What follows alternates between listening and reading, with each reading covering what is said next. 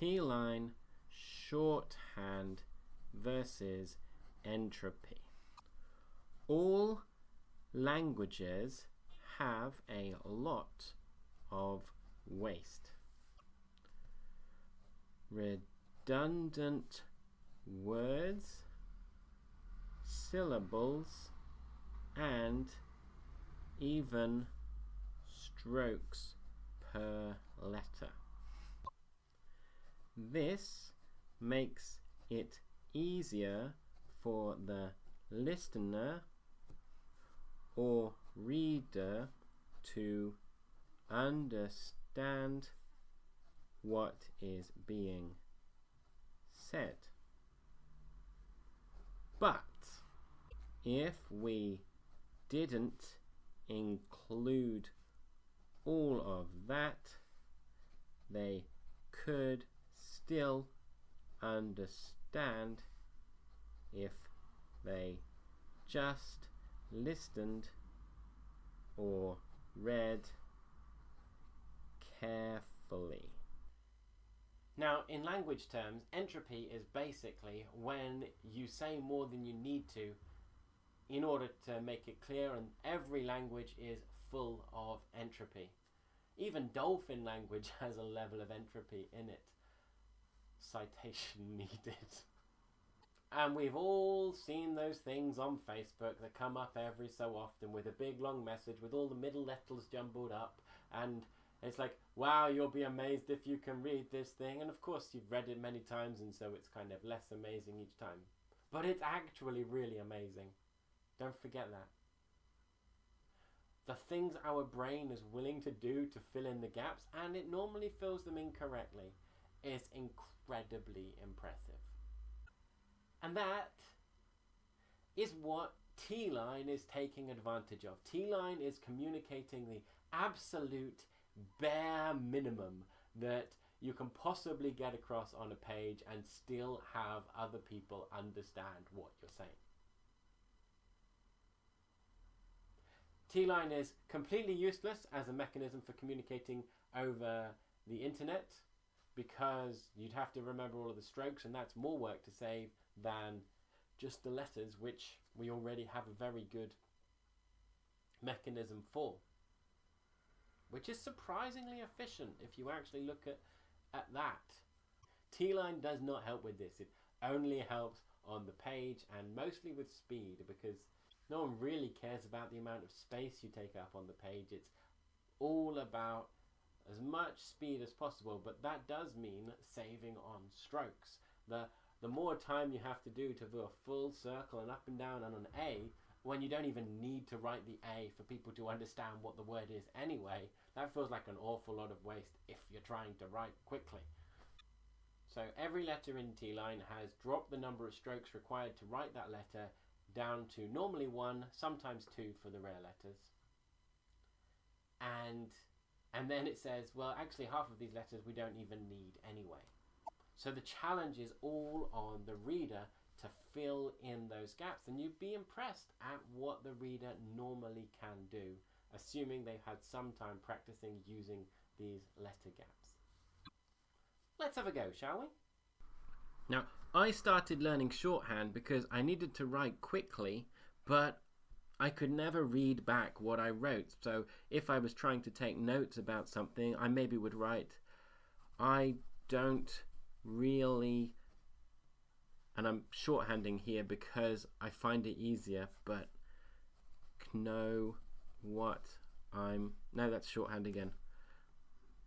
There's a reason I learned shorthand, and this is it.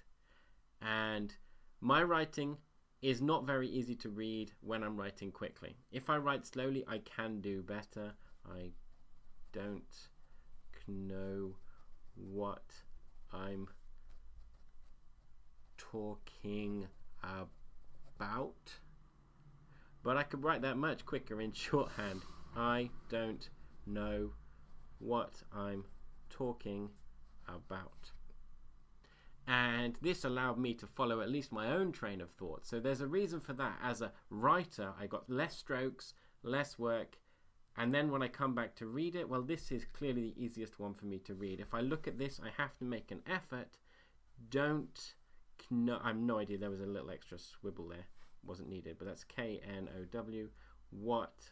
And then the IM TLK ing A B and T. So the first thing that shorthand does is it basically gets rid of most of the vowels, except where you need one, because obviously in the word I, if you get rid of all of the vowels, you've got nothing to write.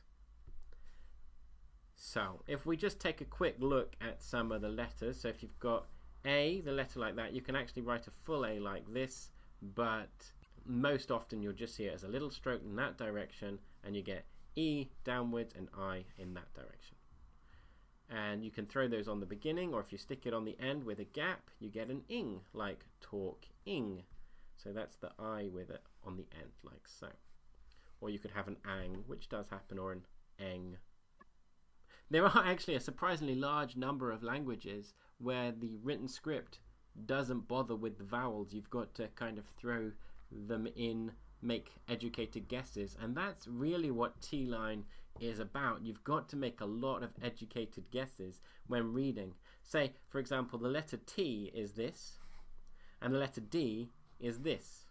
Now there is a difference. There, one is higher up and the other is lower down, but if you throw them in the middle of a word, you have to do, for example, or does that say today? Or maybe it just says toad. Now, if you've got a sentence and you're trying to read it, you can probably make an educated guess.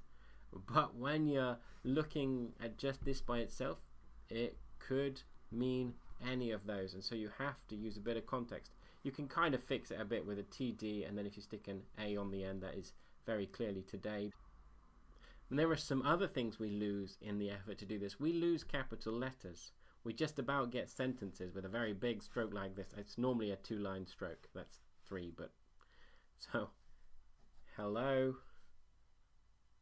friend, how are you today? And can you tell the difference between the sentence stroke and the R here? And that's just a letter R, but of course R works in this context. And when you're writing text speak, you use the same kinds of entropy rules. It's just with T-line you have even less to work with.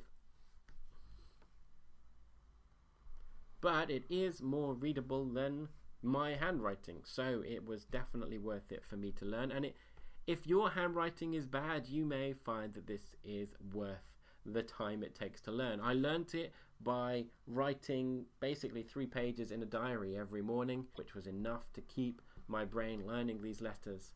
And like I say, sometimes it's hard for me to actually write in normal letters now because the T-line is much easier, and you know how our brains kind of take the easiest path.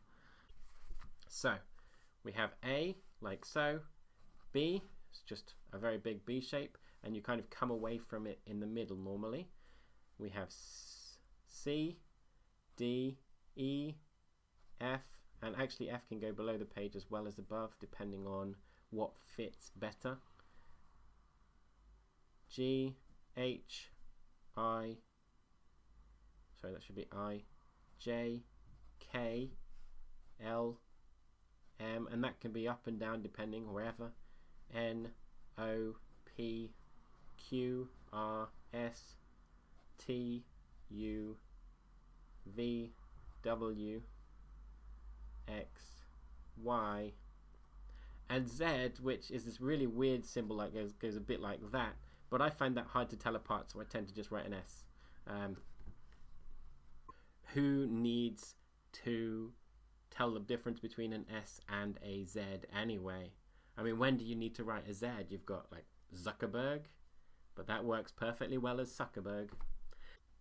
And that's the alphabet. So if you look at that, and then when you go to put a word together, you take out the vowels pretty quickly and anything that you don't need to make this a unique word, and you throw them on. So if I was going to write sandwiches, I would start with the S, drop to the N, then have a D, W, C, H, and then an S. Sandwiches. S, N, D, W, C, H, S. And if I come and look at that later, sandwiches. And actually longer words are often easier to read than shorter words, except the really common ones like the TH. T across, H down. Did you notice the difference between H and P, by the way?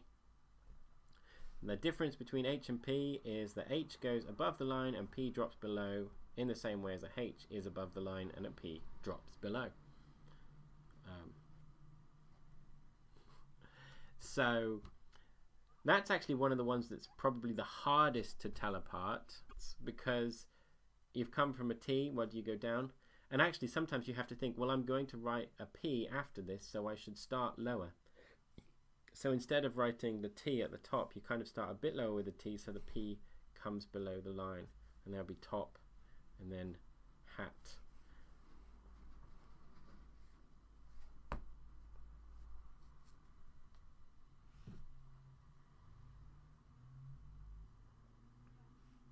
And that can, of course, be hate, depending on, or hit.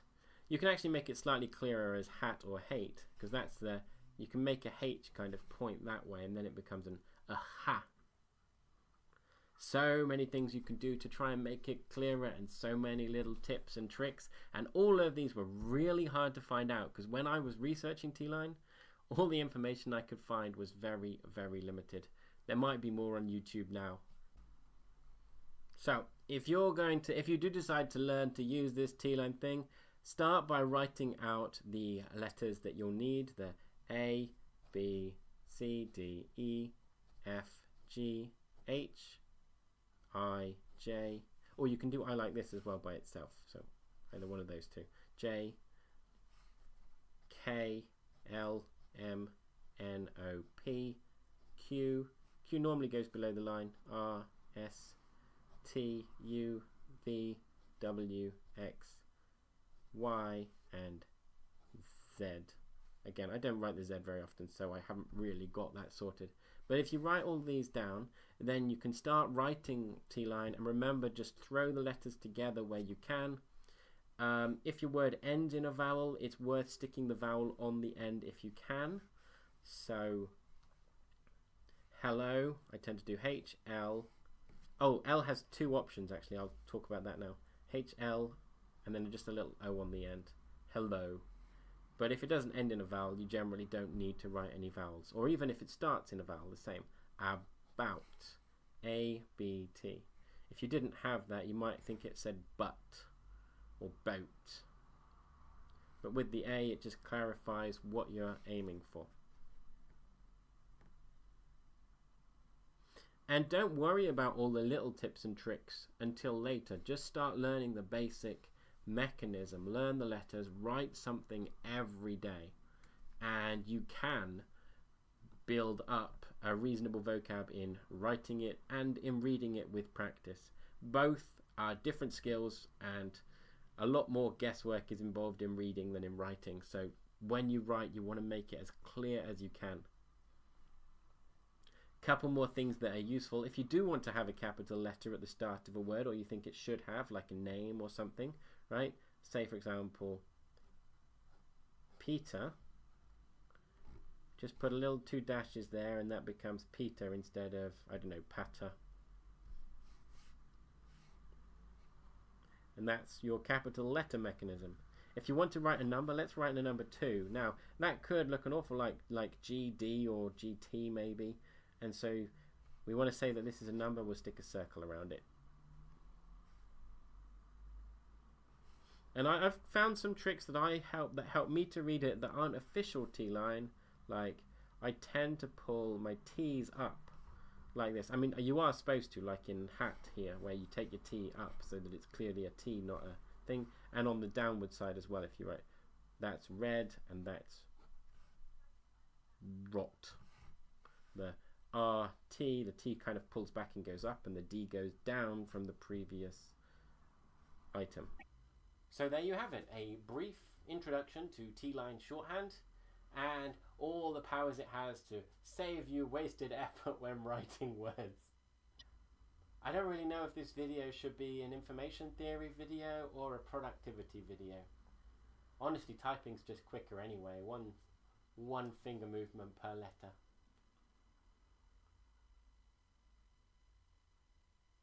Anyhow, you have just watched a video. My name is Matt from storyfeet.com. See you soon.